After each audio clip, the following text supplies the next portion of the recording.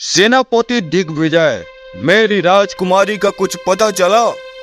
नहीं महाराज, अभी तक राजकुमारी की कोई खोज खबर नहीं है।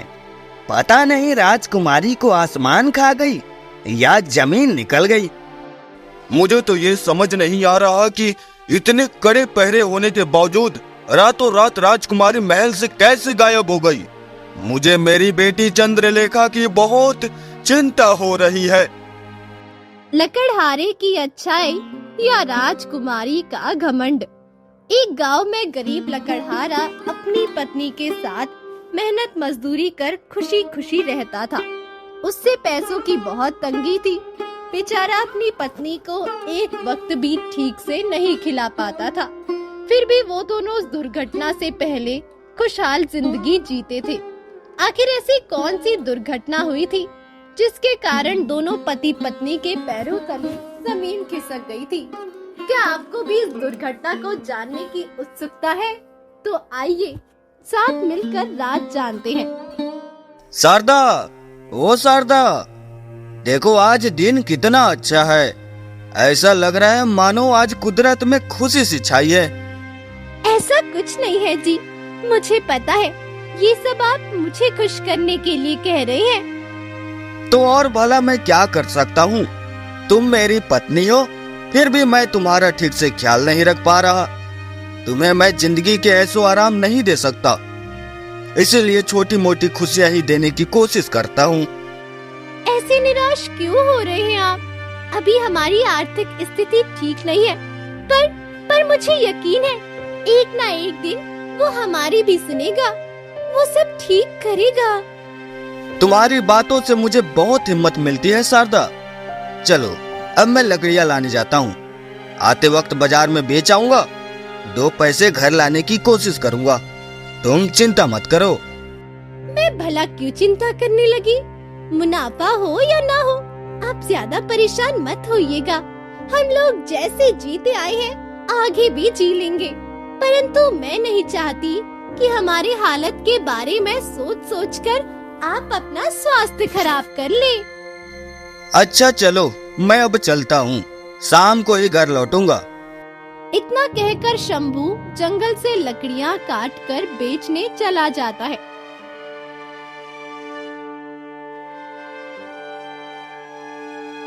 वो चिल्ला चिल्ला कर सबको अपनी ओर बुलाता, पर कोई नहीं आता। तब शंभू अपनी किस्मत पे नाराज हो रहा था। वाह रे मेरी किस्मत, तू अपना खेल खेलना कभी नहीं भूलती है। रोज मैं नई उम्मीद लेकर काम करने आता हूँ, पर तू रोज मुझे खाली हाथ ही घर लौटने पर मजबूर कर देती है। आज भी बाजार में इतनी भीड़ है, पर मुझसे खरीदी करने वाला कोई नहीं। मैं सच कहूँ तो अपनी जिंदगी से हार बैठा हूँ।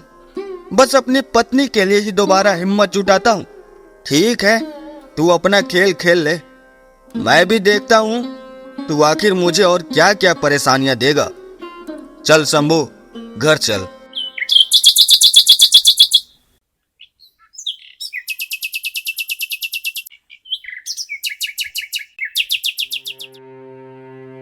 ये क्या मुंह लटकाए आ रहे हैं? क्या हो गया? कमाई नहीं हुई क्या? इसमें कोई नई बात नहीं है शारदा, यह तो अब रोज का हो गया है। तुम उम्मीद लेकर मेरा इंतजार करती हो और मैं खाली हाथ वापस आ जाता हूँ। मैं समझता हूँ तुम कहती नहीं, पर अंदर से तुम भी काफी निराश हो। ये सारी बातें छोड़िए और आप हाथ मुंह धो लीजिए, मैं भोजन परोस देती हूँ। यह क्या शारदा, तुमने सिर्फ मेरी ही थाली लगाई है, तुम्हारा भोजन कहाँ है? मैं बाद में खा लूंगी, अभी आप खा लीजिए। घर का सारा काम खत्म करने के बाद ही खाने में मन लगता है मेरा। मुझसे झूठ बोलकर कोई फायदा नहीं है, घर में इतना ही अनाज था ना। अरे पगली, मैं भला तुम्हें भूखा रखकर खुद का पेट कैसे भर सकता हूँ? थाली में उतना अनाज नहीं कि दोनों का पेट भर जाए, पर इतना अनाज है जिससे दोनों के मन को संतुष्टि हो। आओ बैठो, आज दोनों मिल बांट कर खाते हैं। शंभू की बातें सुनकर शारदा की आंखें भर आती है। फिर वो शंभू को कहती है, इतनी दिक्कतों में भी आप खुश रहने का तरीका ढूंढ लेते हैं। आपके प्यार और स्नेह से ही मुझ में हिम्मत आती है। हमारी परिस्थिति इतनी बुरी है कि लोग जीने से भला अपनी जान दे दे, फिर भी आप मेरे लिए सब सह रहे हैं। ये क्या भाग्यवान, तुम तो आज मुझे रुला कर मानोगी। चलो अब ये सारी बातें छोड़ो, सबका अच्छा दिन आता है, हमारा भी आएगा। अब मैं सोने जा रहा हूँ, सुबह फिर से लकड़ियां लेने जाना है। तुम भी अपना काम खत्म करके जल्दी सो जाना। आंखों में आंसू और दिल में उम्मीद लिए वो लोग मुस्कुराते हुए सो जाते हैं।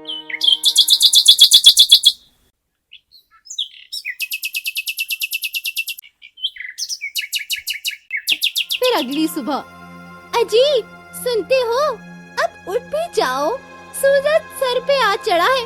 कल तो आप ही जंगल जाने की बातें कर रहे थे और अभी आराम से सो रहे हैं।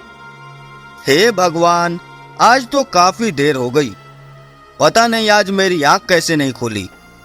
मुझे जल्दी लकड़ियां तोड़कर बाजार जाना होगा, नहीं तो कहीं बाजार में भीड़ कम हो गई तो दिक्कत हो जाएगी। शारदा, मैं अब जा रहा हूँ।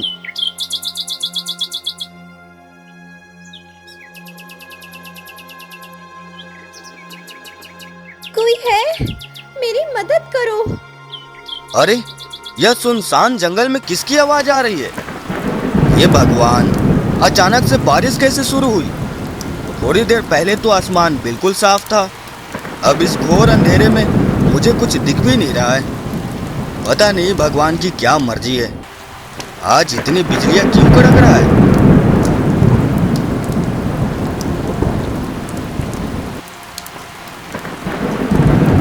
भगवान, भगवान मुझे बचा लो, मैं मर रही हूँ। मेरे कान बज रहे हैं, या सच में कोई धीमी आवाज में कुछ कहने की कोशिश कर रहा है? मुझे इस आवाज का पीछा करना होगा, शायद किसी जरूरतमंद को सच में मदद की जरूरत हो। फिर शंभू उस आवाज का पीछा करता है। शंभू को एक लड़की दिखती है। वो लड़की खून से लथपथ, कमजोर, लाचार, टूटे गहने, पहचान छुपी, कीचड़ में गिरी हुई थी। फिर शंभू अपनी कुल्हाड़ी उठाए डरते डरते उस लड़की के करीब जाता है। यह लड़की तो बिल्कुल लाश की तरह दिख रही है, इसकी सांसें देखता हूँ। हे भगवान, इसकी सांसें तो बहुत धीमी चल रही है, किसी भी क्षण यह मर सकती है। मुझे जल्दी इसे घर ले जाना होगा, परंतु इसे घर ले जाने से कहीं हमारे ऊपर कोई बड़ी मुसीबत ना आ जाए। शंभो, ये सब सोचने का वक्त नहीं है, अभी सबसे ज्यादा जरूरी है इसकी जान बचाना है। चल, इसे लेकर जल्दी घर चल।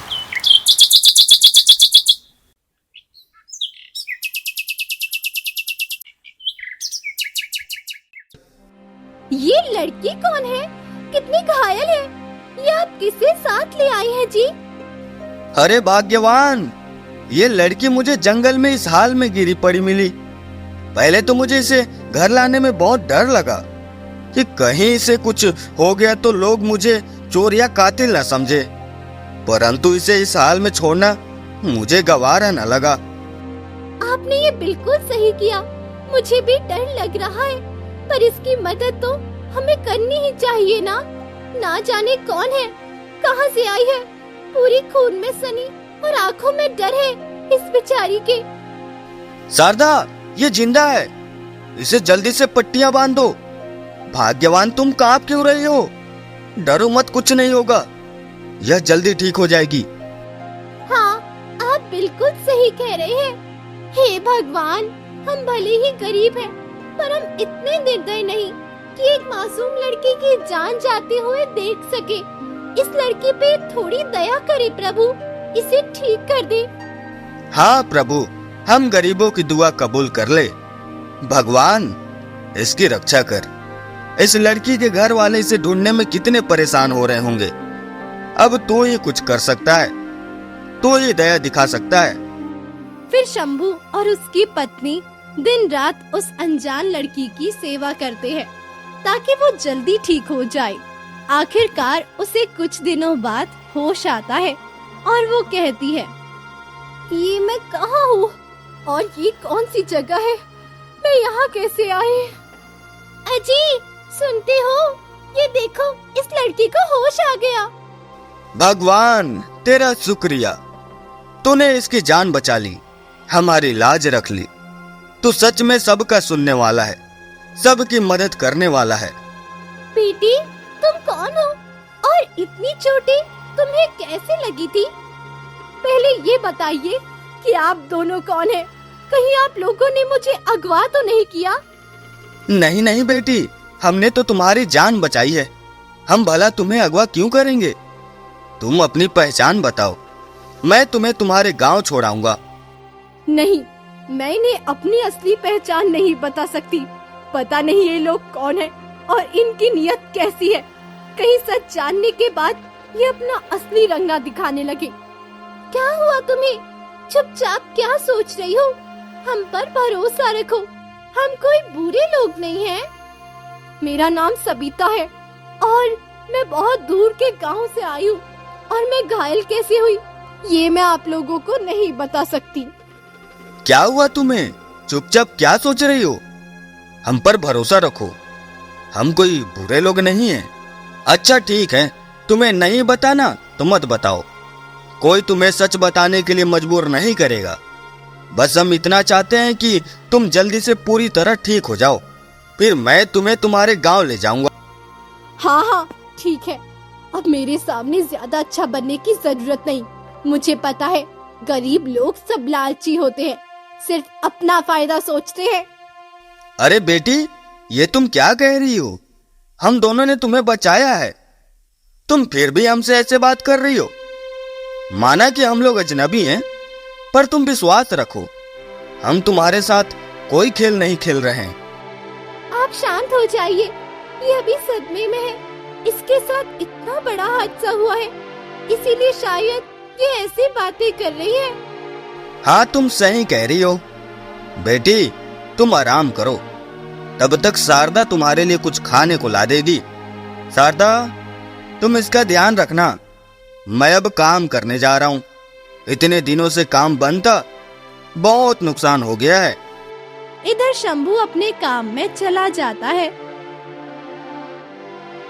और वहाँ एक राज्य में बहुत उथल पुथल होती है, क्योंकि वहाँ की राजकुमारी गायब थी। जी हाँ, वो लड़की जो खुद को सविता बता रही थी, असल में वो राजकुमारी चंद्रलेखा थी। अब तो हमने गांव की बातें बताई, आइए अब देखते हैं राज्य का क्या हाल है। सेनापति दिग्विजय, मेरी राजकुमारी का कुछ पता चला? नहीं महाराज, अभी तक राजकुमारी की कोई खोज खबर नहीं है। पता नहीं राजकुमारी को आसमान खा गई या जमीन निकल गई। मुझे तो ये समझ नहीं आ रहा कि इतने कड़े पहरे होने के बावजूद रातों रात राजकुमारी महल से कैसे गायब हो गई। मुझे मेरी बेटी चंद्रलेखा की बहुत चिंता हो रही है। भगवान करे वो जहाँ भी हो सही सलामत हो। महाराज आप फिक्र मत कीजिए, मैंने बचपन से राजकुमारी को अपनी बेटी की तरह पाला है। मैं उन्हें कुछ भी करके ढूंढ निकालूंगा। एक तुम्हारा ही तो सहारा है सेनापति। मैं तो कब का हार मान के बैठ जाता, पर तुमने मुझे हिम्मत दी। पता नहीं इस राज्य में कौन विश्वास के लायक है और कौन राज्य द्रोही। अब तुम ही एक उम्मीद की किरण हो जो मुझे मेरी पुत्री से मिला सकते हो। महाराज आप बिल्कुल निश्चिंत रहिए, मैं राजकुमारी को महल में वापस ला कर रहूंगा और दोषी को भी ढूंढ निकालूंगा।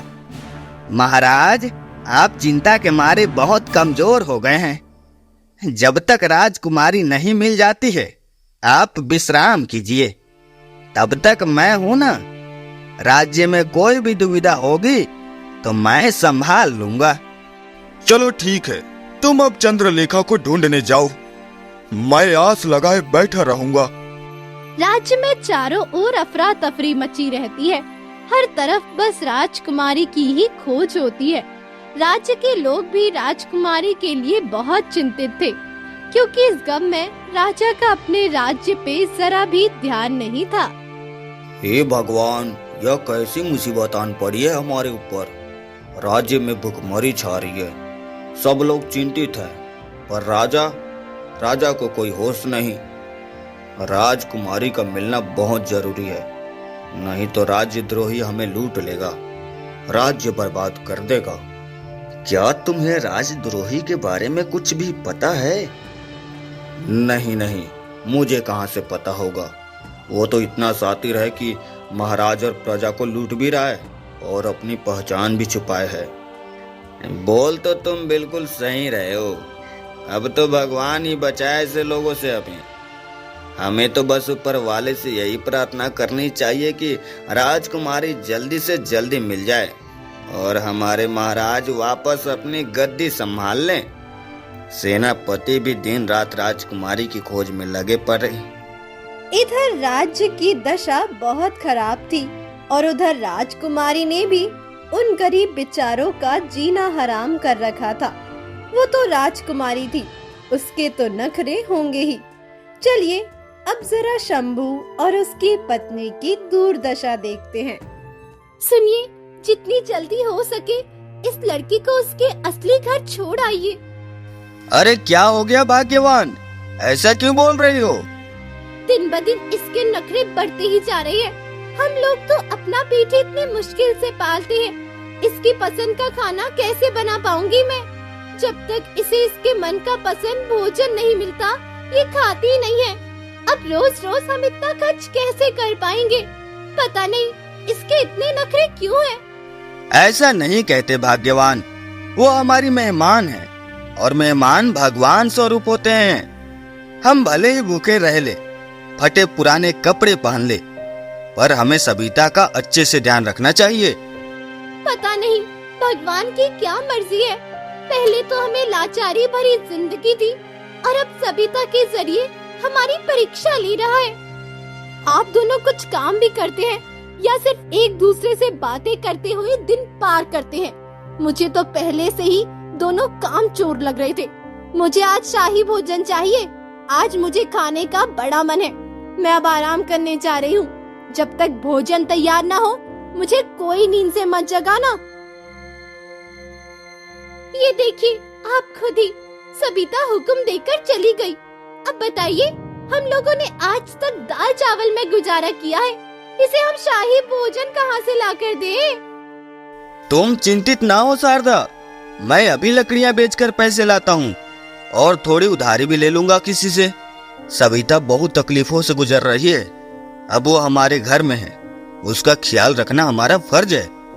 शंभू अपनी और शारदा की इच्छाएं मारकर खुद को भूखा रखकर राजकुमारी की सारी इच्छाएं पूरी करता है।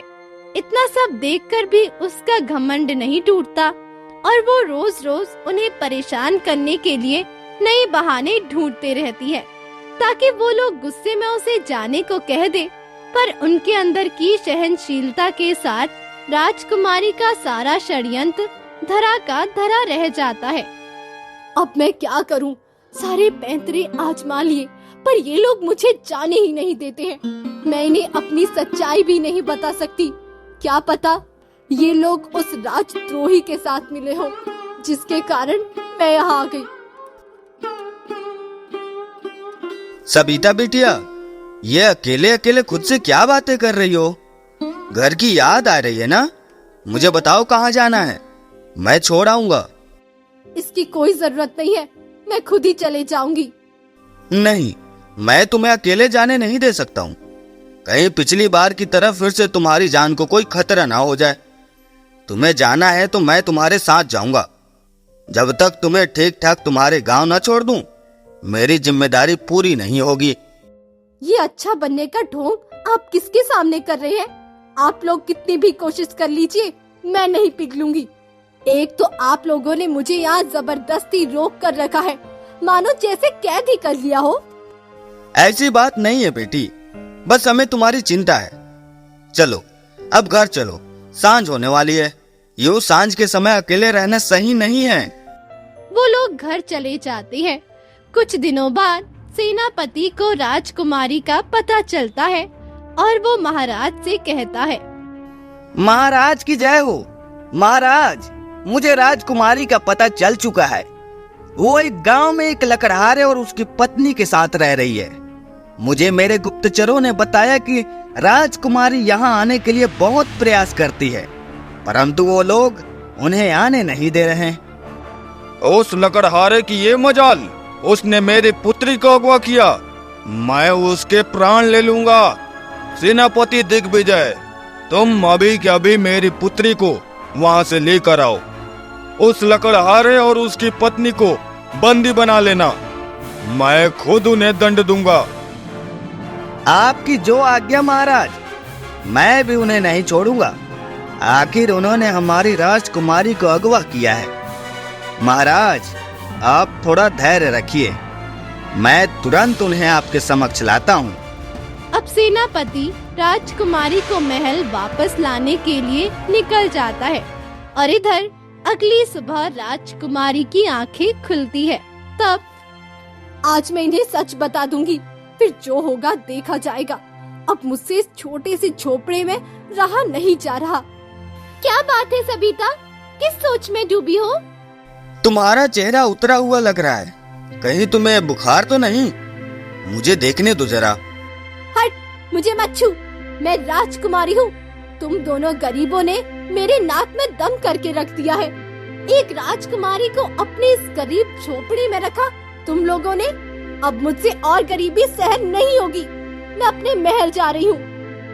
क्या आप सच में राजकुमारी हैं? आप इतनी क्रोधित क्यों हो रही हैं? हमने तो आपकी जान बचाई है। मुझे तो पहले से ही इनके नखरे देखकर संदेह हो रहा था। राजकुमारी, हमने आपका इतना ख्याल रखा, आपकी सहायता की। कृपया कर हमें गलत ना समझे, हम लोग एक साधारण व्यक्ति हैं। राजकुमारी की जय हो। सेनापति, आप यहाँ कैसे? राजकुमारी, मुझे जैसे आपके बारे में पता चला, मैं फौरन आपको लेने चला आया। महाराज आपके लिए बहुत चिंतित हैं। सेनापति, मुझे भी मेरे पिताश्री की बहुत याद आ रही थी। अच्छा हुआ कि आप आ गए।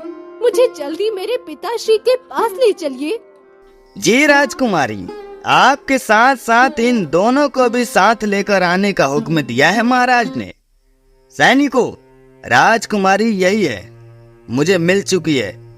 तुम सब जल्दी से इस लकड़हारे और उसकी पत्नी को बंदी बना लो। हे भगवान, हमें बचा ले। सेनापति जी, हमने कोई गलती नहीं की है। राजकुमारी, कृपया कर इन्हें बताइए कि हमने आपकी मदद की है, बिना कोई लालच आपकी जान बचाई। राजकुमारी, कुछ तो कहिए। हाँ राजकुमारी, हमारे साथ ऐसा अन्याय ना कीजिए। हमने आपका क्या बिगाड़ा है?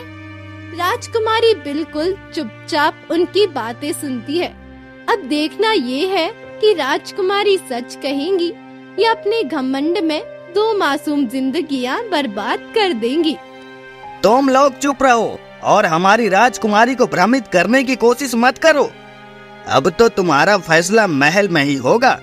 सिपाहियों, पकड़ लो इन्हें। चलिए राजकुमारी, महाराज हमारी प्रतीक्षा कर रहे होंगे।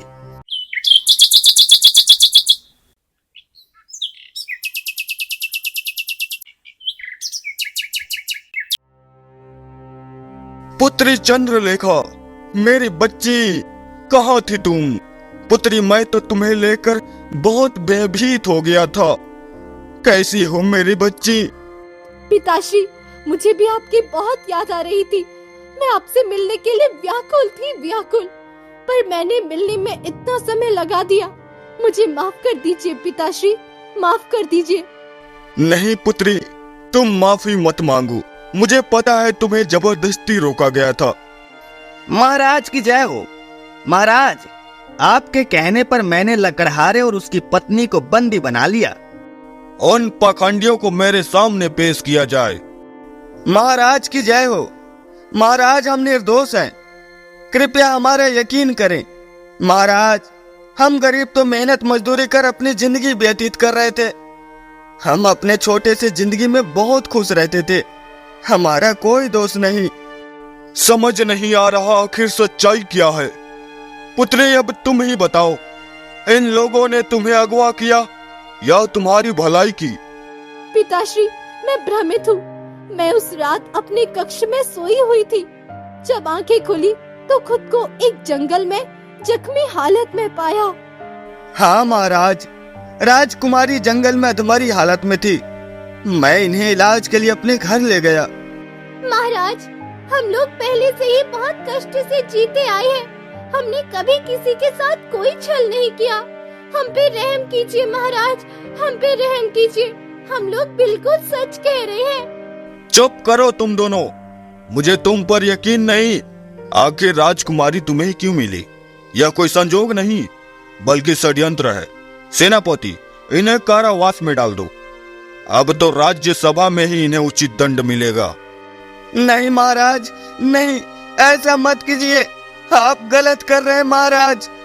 दोनों बेचारे चीखते चिल्लाते इंसाफ की गुहार लगाते हैं, पर राजा और राजकुमारी के आंख में भ्रम का बहुत बड़ा पहाड़ था। कुछ दिनों तक वो लोग काल कोठरी में रहते हैं। तब सेनापति उनके पास जाकर कहता है,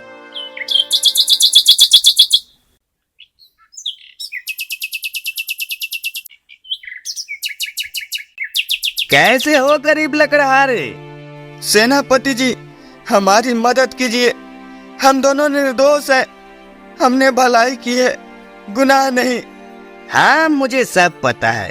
अरे जिसने ये पूरा खेल खेला, पूरा जाल बुना, तुम उसी को सच मानने को कह रहे हो।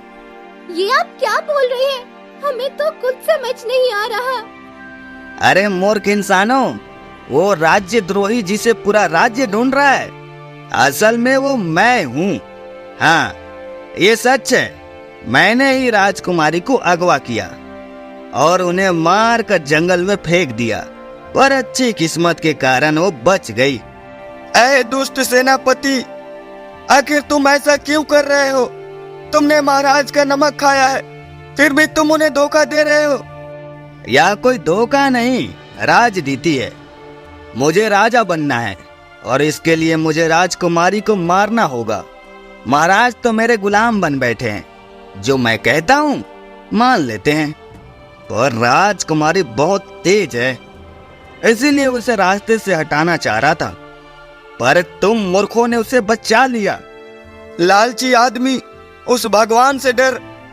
तुझे ऐसा पाप करते हुए शर्म नहीं आई? आखिर तू एक इंसान की जान कैसे ले सकता है? चुप कर गरीब लकड़हारे, तेरे कारण मेरा सारा बना बनाया काम खराब हो गया। मुझे महाराज की नजर में अच्छा बनने के लिए राजकुमारी को महल वापस लाना पड़ा। तुम लोगों ने अपनी अच्छाई दिखाई और खुद फंस गए। आखिर क्या मिला तुम्हें अच्छा बनकर? भूल मत, जो दूसरों के लिए गड्ढा खोदता है वो खुद ही उस गड्ढे में गिर जाता है। मुझे मेरे रब पे पूरा विश्वास है, वो कभी बुराई को जीतने नहीं देगा। सच हमेशा विजय होता है। इस बार सच हारेगा और झूठ की जीत होगी। कल तुम दोनों को फांसी की सजा सुनाई जाएगी। उसके बाद मैं राजकुमारी को भी मार दूंगा। अब तो उसे बचाने के लिए कोई नहीं होगा। तेरी मनोकामना कभी पूरी नहीं होगी। तू आज तक अपने राज को इतने अच्छे से छुपाते आया है, तो आज हमें सच क्यों बता रहा है? हाँ, मुझे तुम दोनों पे थोड़ा तरस आ गया। तुम दोनों बेकार में मेरे खेल में फंस गए। अगर उस रात तुम्हारे पति ने चंद्रलेखा को नहीं बचाया होता तो ये नौबत कभी नहीं आती। तुम लोग अब मरने ही वाले हो। जब तुमने मेरा गुनाह अपने सर ले ही लिया है तो तुम्हारा सच जानने का हक बनता है ना।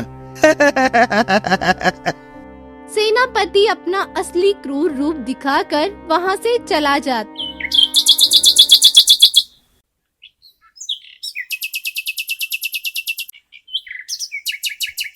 है। फिर अगले दिन लकड़हारे और उसकी बीवी को राजसभा में दंड देने के लिए बुलाया जाता है। महाराज, आप मुझे सजा सुना दीजिए, पर मेरी पत्नी को जाने दीजिए। मैं आपके हाथ जोड़ता हूँ, आपके पैर पड़ता हूँ। महाराज, थोड़ी दया कीजिए, मेरी पत्नी शारदा को जाने दीजिए। ये आप कैसी बातें कर रहे हैं? मैं आपको मौत के मुंह में छोड़कर कहीं नहीं जाऊंगी। तीनों ने अपनी फूटी किस्मत भी साथ सही है, तो अब मृत्यु भी साथ ही स्वीकार करेंगे। हे प्रभु, यह तू कैसी लीला रच रहा है? हम भी तो तेरे ही बनाए इंसान है। आज तक तूने हमें जैसी जिंदगी दी, हमने खुशी खुशी कबूल किया। आज पहली बार तुझसे कुछ मांग रहा हूँ, हम दोनों को बचा ले। हम ऐसी झूठी मौत नहीं मरना चाहते हैं। यह सब तुम्हें राजद्रोह करने से पहले सोचना चाहिए था। अब कुछ नहीं हो सकता है। आज तुम दोनों को सजा मिलकर रहेगी। शंभू और शारदा डरे सहमे चीख चीख कर राजा को सच बताने की कोशिश करते हैं, पर उनकी बात नहीं सुनी जाती। अब सारा फैसला राजकुमारी के मुंह से निकले एक शब्द पे टिका है।